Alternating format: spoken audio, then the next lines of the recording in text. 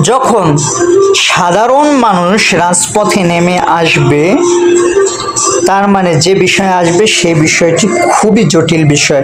এবং যখন সাধারণ মানুষ রাজপথে নামে, সেটা স্টুডেন্ট হোক, মহিলা হোক, অন্য যে কেউ হোক, কিশোর হোক, সেইখানে একটা গণতান্ত্রিক রাষ্ট্রে বিরোধী দলগুলোর প্রধান কর্তব্য হচ্ছে তাদেরকে সাপোর্ট দেওয়া, তাদের সাথে থাকা।